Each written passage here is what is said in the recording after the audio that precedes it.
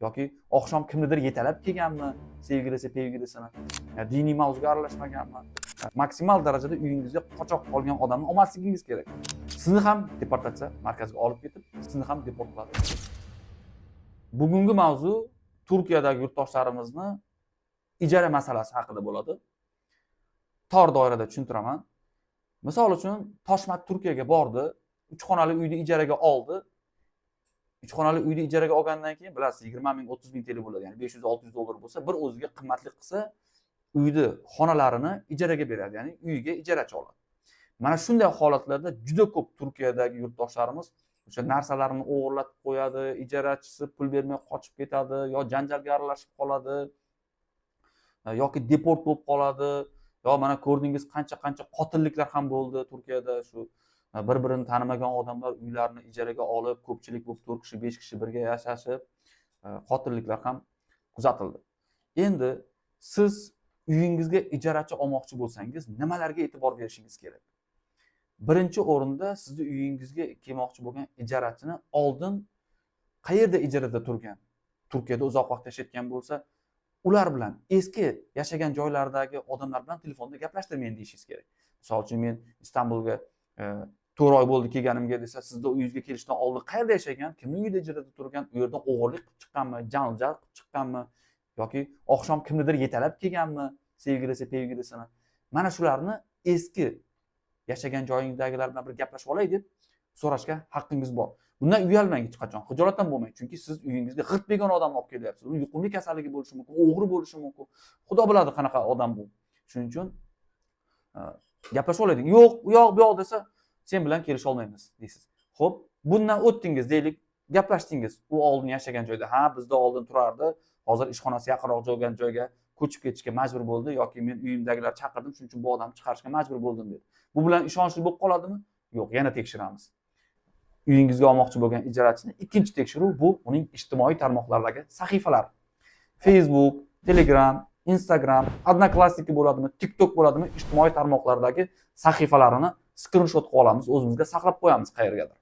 Ya'ni tekshirib ko'rish kerak. Qayerda turgan, nima qilgan, rasmlari qanaqa qarindoshlar, kimlar kuzatadi, qanaqa rasmlar, postlar kuzatadi, diniy mavzuga aralashmaganmi, qanaqadir jinoyat mavzulariga aralashmaganmi, rasmlarni ko'rib chiqasiz. Uchinchi o'rinda hujjatlarni tekshirish. Maksimal darajada hujjatlarga e'tibor berasiz. Turkiyaga noqonuniy kirib kelmaganmi qochoq yo'llar bilan yoki qochoq qolmaganmi? Endi Turkiyada qochoq qolganlar ko'p, nolegallar, lekin baribir maksimal darajada uyingizga qochoq qolgan odamni olmasligingiz kerak. Negaki noqonuniy migrantni, noqonuniy muhojirni uyingizda saqlash buni sizni ham deport bo'lishingizga olib keladi. Hujjatlarni albatta tekshirish kerak. Turkiyaga qachon kirgan, pasportida pechat bor, qaysi davlatlarda bo'lgan, pasportlarni rasmga olishingiz kerak, hujjatlarni o'tirmizini bo'lsa, o'tirmizini rasmga olishingiz kerak. Bu hujjatlarni ham tekshirishingiz kerak albatta. To'rtinchisi, ya'ni yana bitta tekshiruv bu o'sha telefon raqamlari, Telegram raqamlari, yaqin qarindoshlari kim bor Turkiyada, bironta tanishi bormi, opasimi, singlisimi, qarindoshimi, kim uni chaqirgan Turkiyaga yoki O'zbekistondagi qarindoshimi, sizni shu farzandingizni men ijaraga olyapman uyimga yoki qizingizni ijaraga olyapman uyimga, hayotma qarshi bilib qo'yay. Ertaga mana shu qizingiz mening uyimda bo'ladi, Xudo ko'rsatmasin. Bizga bir narsa yoki qizingizga bir narsa bo'lsa, biz siz bilan bog'lanishimiz uchun deb. Bunga jiddiy qarash kerak.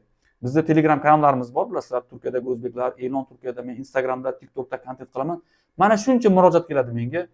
Uyimizdan ijarachi oluvdim, pasportlarimni o'g'irlab ketdi, pullarimizni o'g'irlab ketdi, Xudodan topsin ijara pulini to'lamay qochib ketdi degan murojaatlar rosa ko'p bo'ladi. Yana bitta eng muhim narsalardan biri bu siz uyingizga olayotgan ijarachini, deylik, kelishdingizmi, bitta xonani senga misol uchun 100 dollarga beraman yoki 200 dollarga beraman yoki 150 dollarga beraman.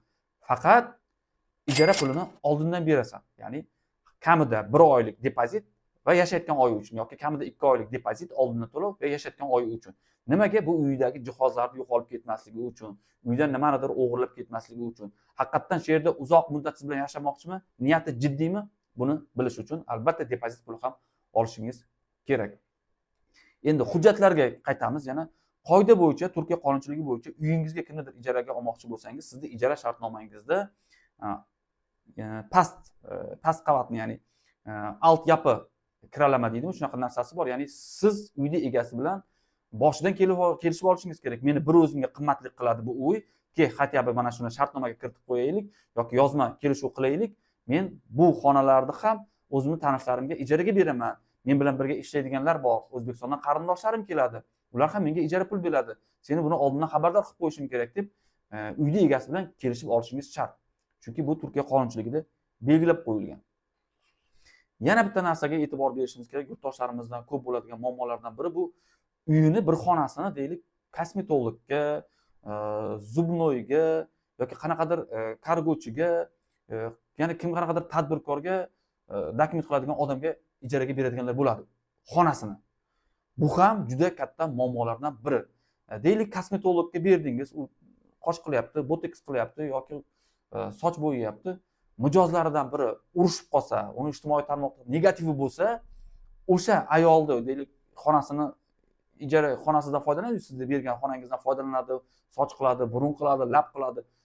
Politsiyaga murojaat qilsa, qanaqadir negativ, qanaqadir mijozi yoki qanaqadir dushmani murojaat qilsa, uyga kelgan politsiya faqatgina u odamni emas, chunki u noqonuniy faoliyat ko'rsatyapti uyda kosmetologiya bo'yicha yoki zubnoylik bo'yicha yoki boshqa soha bo'lsin. Men umumiy qilib aytyapman.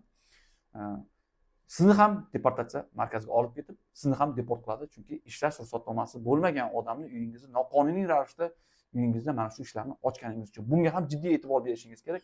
Bu bo'yicha menda murojaatlar rosa ko'p deport bo'lgan opa-singillarimiz bor. Mana shuni orqasidan ham uyini ijaraga berib, baloga qolib deport bo'lganlar bor, ham o'sha uyda 1 so'm ishlayman, 4-5 so'm ishlayman deb tirchiq qilib, shu tuhmatlarga qolib, dushmani bilan, ovsini bilan yoki kundoshi bilan o'shib qolib deport bo'lgan yurtdoshlarimiz bor. Bunga ham e'tibor berishingiz kerak. Hatto bu narsa uyda egasiga ham, sizni uyingizni ijaraga bergan odamga ham muammo bo'ladi. Agar boyagi shartnoma bo'lmasa, ya'ni uyni ham senga ijaraga beraman, senga ham mana shu xonalarning bittasini ijaraga berish huquqini beraman degan shartnoma bo'lmasa, uyni egasiga ham muammo bo'ladi. Deylik, siz uyingizga olayotgan odam bilan hamma narsani kelishib oldingiz. Tarixini tekshirdingiz, qayerda yashaydi, qayerda ishlaydi, ijtimoiy tarmoqlardagi sahifalari, hujjatlarini ko'rdingiz. Hammasi yaxshi. Yana bitta ish qoladi, bu sizning uchun o'zaro kelishuvni rasmiylashtirib qo'yish.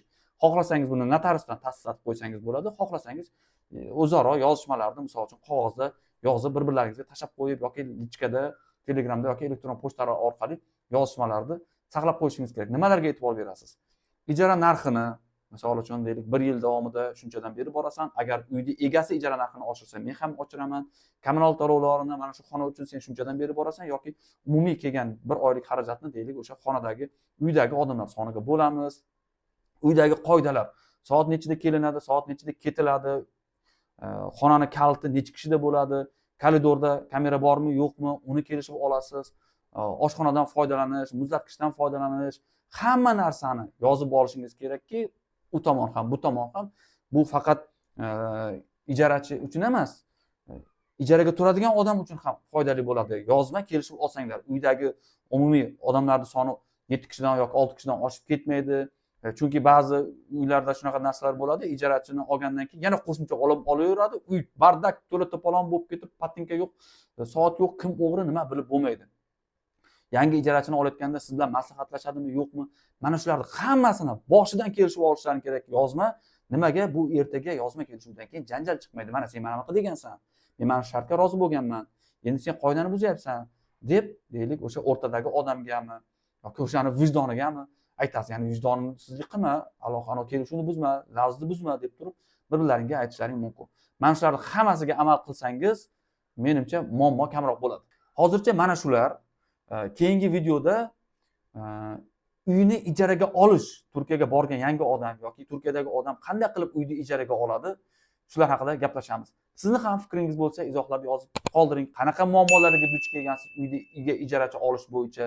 Nimalarga yana e'tibor berish kerak? Men ko'zdan qochirgan, men bilmagan narsalarni kommentga yozib qoldiring. Videoga like bosib, do'stlaringizga jo'nating.